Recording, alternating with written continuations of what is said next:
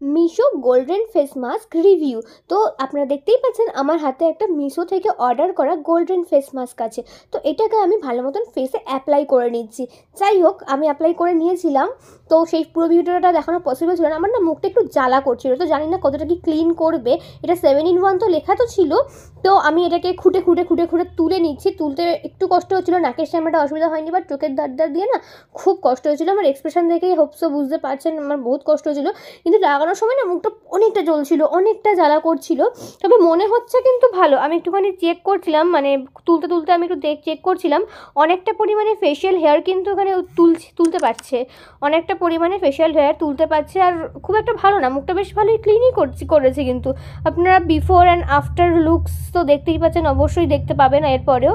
তো মিশো থেকে এটা আমি কিনেছিলাম 150 টাকায়। জানি 150 টাকা জিনিস নিজের মুখে অ্যাপ্লাই করাটা মানে খুবই ডরাবনাও হতে পারে, বাট আমি